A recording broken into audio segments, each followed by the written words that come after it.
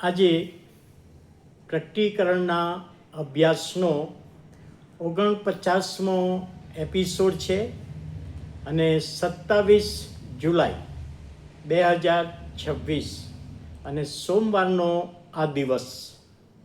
ગયા એપિસોડમાં શનિવારે જે પ્રશ્ન પૂછવામાં આવેલો કે વિદેશીઓને માટે જે જગ્યા ફાળવવામાં આવી છે એ આંગણાનું માપ લેવાનું ના પાડી યોહાનને, કારણ કે કેટલા મહિના સુધી એ વિદેશીઓ શહેરને ખૂંદી વળશે, અને જવાબ હતો 42 મહિના. અને તમારો જવાબ સાચો જ. તમને બધાને અભિનંદન. આપણે જોયું હતું યોહાનને કહેવામાં આવ્યું કે આ લાકડાની પટ્ટી છે અને આ મંદિરનું માપ તારે લેવાનું છે. અને ત્યારે આપણે જોયું હતું પરમ પવિત્ર સ્થળ, વચ્ચેનો ભાગ પવિત્ર સ્થળ અને આંગણાનો ભાગનું તારે માપ લેવાનું નથી. એ બાબત આપણે એ એપિસોડમાં જોઈ હતી. હવે આ યરુશલેમનું મંદિર પ્રકટીકરણના આગળના અધ્યાયમાં પણ એનો ઉલ્લેખ આવવાનો છે, અને છેલ્લે 1000 વર્ષનું રાજ્ય સ્થાપવામાં આવશે ત્યારે આ મંદિર એ પહેલાં પડી જશે, અને 1000 વર્ષના રાજ્યમાં પ્રભુ ઈસુ પોતે મંદિર બાંધવાના છે. હજકેલને આવેલું સંદર્શન 38મા અધ્યાયથી 38, 39, 40 એ અધ્યાયમાં એ પ્રમાણે મંદિર બાંધવામાં આવશે, અને ફરીથી નવા યરુશલેમમાં કોઈ મંદિરની જરૂર નહીં રહે. એ બાબત આપણે જોવાના છે. પણ આ યરુશલેમનું મંદિર ઘણા બધા અભ્યાસમાં જોડાયેલું છે, માટે એનો ઇતિહાસ જાણવો એ આપણા માટે જરૂરી છે. હવે ઉત્પત્તિના 22મા અધ્યાયમાં ઇબ્રાહીમે ઈસાકનું બલિદાન આપ્યું. એ જગ્યા પર દાઉદ રાજાની ઈચ્છા હતી કે હું મંદિર બનાવું, અને એટલા માટે પોતાની ઈચ્છા વ્યક્ત કરી. ત્યારે 2 શમુએલ 7મો અધ્યાય ને 13મી કલમમાં દાઉદને કહેવામાં આવ્યું કે આ મંદિર તું બનાવી શકશે નહીં, તારે બનાવવાનું નથી, તારો દીકરો બનાવશે.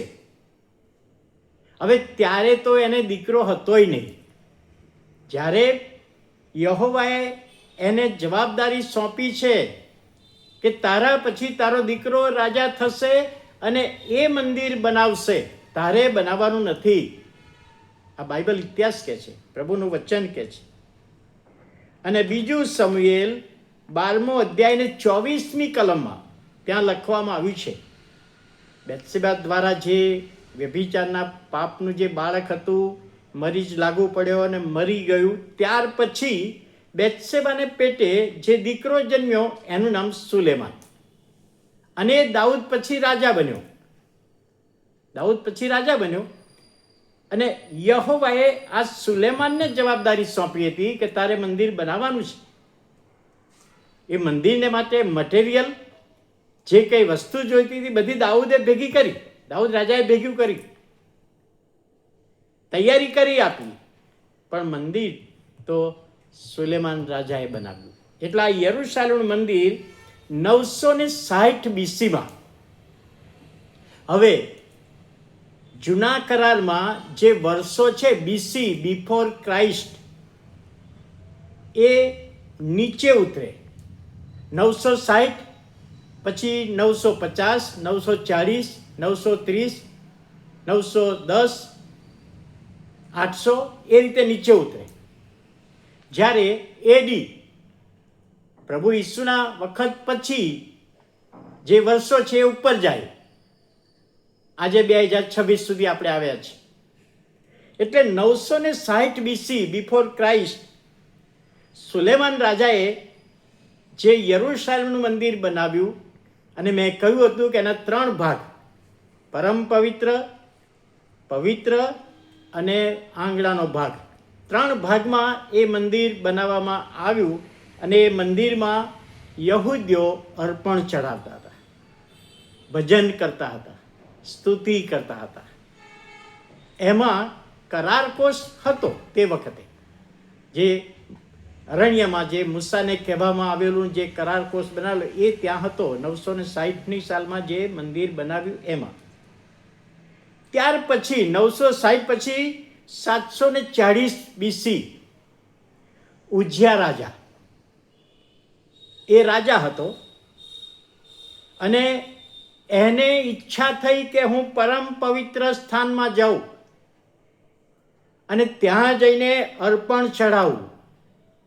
હવે રાજાની જવાબદારી હતી જ નહીં અર્પણ ચડાવવાની, તો પણ એ ના માન્યો અને એ પરમ પવિત્ર સ્થાનમાં જે 960માં બનાવેલું તો 740માં એ ગયો. બીજું કાળુતા 26મો અધ્યાય 16થી 21માં એ બનાવ લખેલો છે.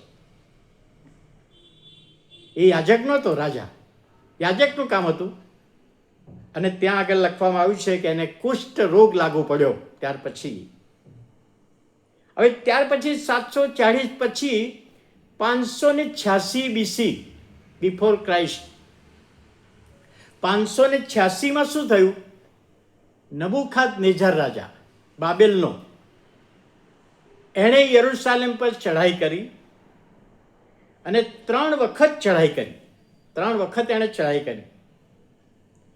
605ની સાલમાં ચઢાઈ કરી ત્યારે દાનિયેલ અને એના 3 મિત્રો શાદ્રાક, મેશાક, અબેદનગો, એમનું સાચું નામ યહૂદી નામ હનાન્યા, મિસાએલ ને અજાર્યા હતું. પછી એ તો બાબેલના રાજાએ નામ બદલી નાખ્યા, શાદ્રાક, મેશાક ને અબેદનગો. અમારા દેવના નામ પ્રમાણે તમારું નામ રાખો એ રીતે. અને તે વખતે બીજી વખતે જ્યારે આવ્યો ત્યારે હજકીએલને પકડી ગયા અને 10,000 ને બીજા પકડી ગયા. અને ત્રીજી વખત 586માં આવ્યો નબુખાદ રાજા, ત્યારે પેલું જે 960માં સુલેમાન રાજાએ મંદિર બનાવેલું એ મંદિર એણે તોડી નાખ્યું 586માં. યાદ રાખજો, 586માં એ મંદિર ત્યાં તોડી નાખવામાં આવ્યું. અને મંદિરના જે સોનાના પાત્રો જે ધાર્મિક ક્રિયા માટે હતા એ પણ લૂંટી ગયો. મંદિરને તોડી નાખ્યું. જે મંદિરમાં પૂજા કરવા માટે, અર્પણ ચડાવવા માટે સોનાના જે વાસણોના પાત્રો હતા એ લઈ ગયો. અને ત્યાર પછી આપણે જાણીએ છીએ કે નબુખાદનેઝર પછી બેલશાસ્સાર રાજા આવ્યો અને રાત્રે એણે પાર્ટી રાખી, દાનિયેલના પુસ્તકમાં છે. અને આ જે સોનાના પાત્રો લઈ ગયેલા ને એમાં વ્યસન કર્યું, દારૂ પીધો એમ કહેવાય, અપવિત્ર કર્યા. અને એ પાર્ટી ચાલતી હતી ને દિવાલ પર પેલા શબ્દો આવ્યા, મેને મેને તકેલું ફરસીને, એ બનાવ તમને ખબર છે. અને એ જ રાત્રે એ બાબેલનો બેલશાસ્સાર રાજા એની ઉપર માદીએ ચઢાઈ કરી અને રાજ્ય જીતી લીધું અને એનો નાશ થયો. ત્યાર પછી બાબેલનું રાજ્ય છે નહીં. એ આપણે છેલ્લા 18માં, 19માં, 20માં અધ્યાય પછી આગળ જોઈશું. એટલે અત્યારે બાબેલનું રાજ્ય નથી, અત્યારે બાબેલનું રાજ્ય નથી. પણ 7 વર્ષના સમયમાં એ રાજ્ય ફરીથી ફૂલેલું ફાલેલું થશે, જાહો જલાલી થશે. એ આપણે આગળના અધ્યાયમાં જોવાના છે. પણ અહીં આગળ મંદિર સંબંધી કે 960માં બનાવ્યું, 586ની સાલમાં BC બિફોર ક્રાઇસ્ટ એ તોડી પાડવામાં આવ્યું. ત્યાર પછી જે 70 વર્ષના બંદીવાસમાં લઈ ગયેલા નબુખાદનેઝર રાજા, હજકીએલને 10,000 ને દાનિયેલ, શાદ્રાક, મેશાક, અબેદનગો લઈ ગયેલા. એ 70 વર્ષ પૂરા થવા આવ્યા ત્યારે કોરેશ રાજા હતો.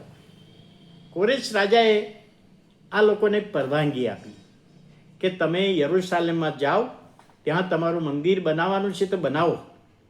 586માં તોડી નાખેલું તો 586 એટલે પછી 516ની સાલમાં એ 70 વર્ષમાંથી જ્યારે પૂરા થાય છે ત્યારે તેઓ આવે છે અને તેઓ ત્યાં મંદિર બનાવે છે.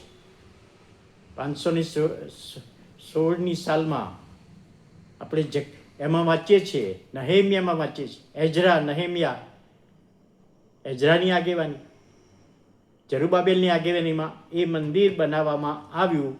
એ મંદિર 516 સાલમાં બનાવવામાં આવ્યું એ આપણે જાણીએ છીએ. આ ઇતિહાસ, મંદિરનો ઇતિહાસ કહે છે. વાલા ભાઈઓ અને બહેનો, આ ઇતિહાસ હજુ આગળ ચાલુ જ છે. આવતીકાલે આપણે એના વિશે આગળ વધુ જોવાના છીએ. પરંતુ આ ઇતિહાસ જો તમે લખી લેશો તો તમને વધારે સમજ પડશે. અને આજનો પ્રશ્ન કે સુલેમાન રાજાએ કયા વર્ષમાં યરૂશાલેમનું મંદિર બાંધ્યું? સુલેમાન રાજાએ કયા વર્ષમાં યરૂશાલેમનું મંદિર બાંધ્યું? પ્રાર્થના કરીએ. પ્રભુ, અમે આભાર માનતા તમારા નામને ધન્યવાદ આપીએ છીએ. આજનો આ દિવસ, આજની બાબતો, યરૂશાલેમના મંદિર સંબંધી ઇતિહાસ અમે જોઈ શક્યા. એમાંથી ઘણી બધી બાબતો અમે શીખીએ છીએ. એનો આશીર્વાદ આપો. ઈસુ પ્રભુના નામમાં સાંભળો, માન્ય કરો. આમેન.